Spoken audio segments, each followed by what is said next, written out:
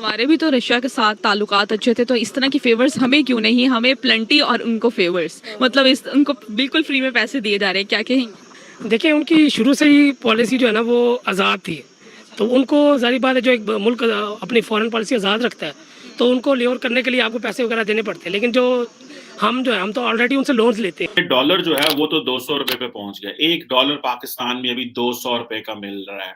अगर आपके पास 200 रुपए हैं तो आप $1 ले सकते हैं, और ये है इंटर बैंक रेट। और अगर आप मार्केट में चले जाएं और कहीं और चले जाएं, ग्रे में चले जाएं, मार्केट या ब्लैक में, वहां पे तो अभी इससे भी ऊपर चला गया है। और ये है वो इकोनॉमी की सूरत हाल जिसमें इमरान खान साहब हमें यहाँ पे ले आए हैं। अगर बात करें हम यूएस की, तो यूएस जो है बिल्कुल फ्री में $500 मिलियन जो है वो इंडिया को देने जा रहा है आज की डेट में, और जिससे इंडिया जो है वेपन परचेज करेगा।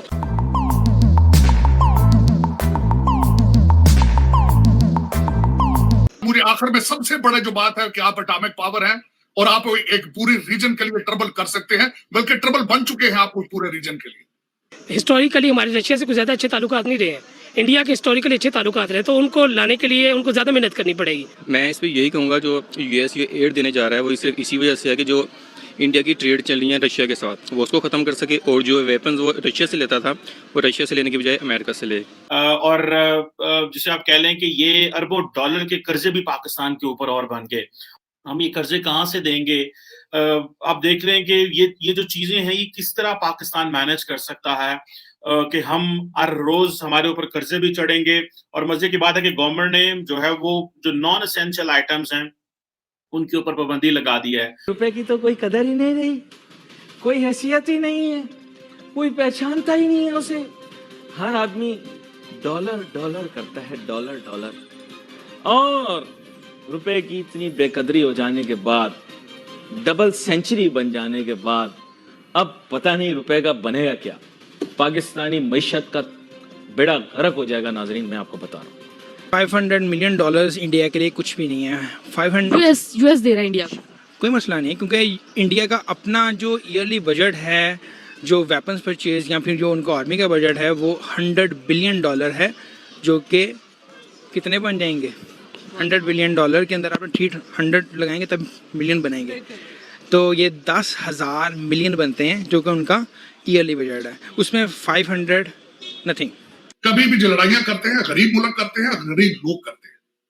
आसूदा लोग इस तरफ नहीं जाते, बल्कि जब वो जंग और इस तरह की हरकतें करते हैं पैसा वहां से भाग जाता है, इंटरनेशनल इन्वेस्टर भाग जाते हैं। जिस तरह आपके हालात चल रहे हैं कि जिस तरह बॉर्डर के ऊपर, बलोचिस्तान के ऊपर लोग डरते हैं जाना, विजिट करने से लोग डरते हैं, इन्वेस्टमेंट करना तो बहुत बड़ी बात है। भारत अपने आप को इस वक्त चाइना का कंपेटिटिव समझता है फॉर इंटरनेशनल इन्वेस्टमेंट। हुकूमत आए रोज कर्जे ले रही है।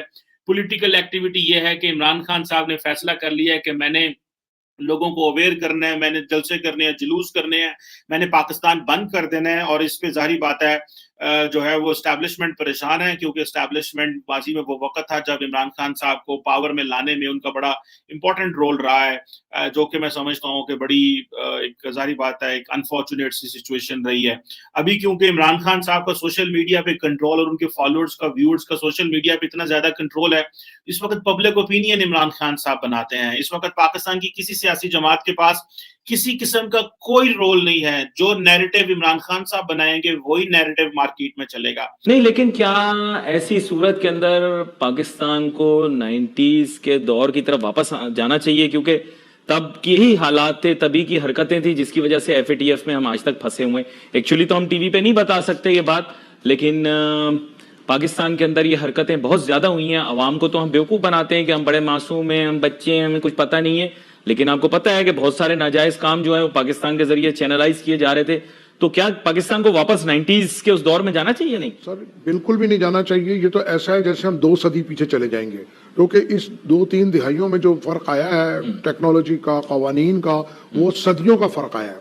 देखिए ये क्या खूबसूरती है कि किया भी कुछ नहीं, मुल्क को बनाया भी नहीं, और इस वक्त जो हुकूमत है वो कंप्रोमाइज हो गई है और वो समझ रही है जैसे चोर हम हैं और इमरान खान साफ है। और इमरान खान अवाम जो है वो क्योंकि अवाम पसंद करती है नफरत अंगेज बयानियां, जिस तरह की इमरान खान साहब एक बदतमीज किस्म की जुबान इस्तेमाल करते हैं, भले वो किसी के बारे में भी हो, वो नवाज शरीफ साहब को, शहबाज शरीफ साहब को, जरदारी साहब को, मौलाना फजलुर रहमान को, इस तरह की गंदी गालियां देते हैं, लोग उनको पसंद करते हैं। वो जो अल्फाज हैं, अगर वो उनको कहते हैं चूहे हो तुम, तो लोग उसको पसंद करते हैं।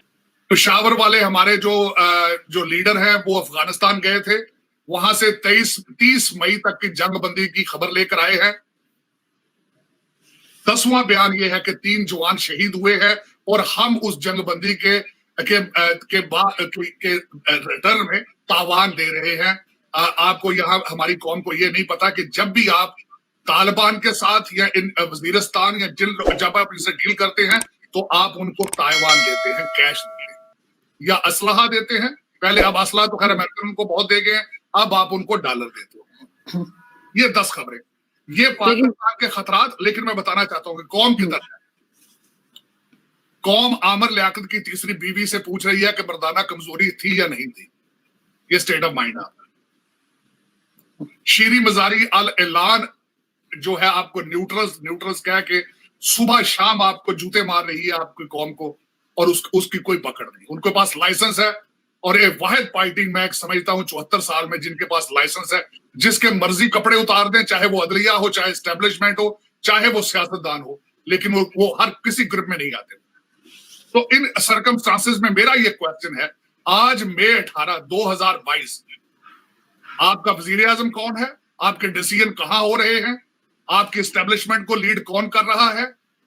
और आप किस डायरेक्शन में जा रहे हैं? ये मेरे लिए खुद सवालिया निशान है।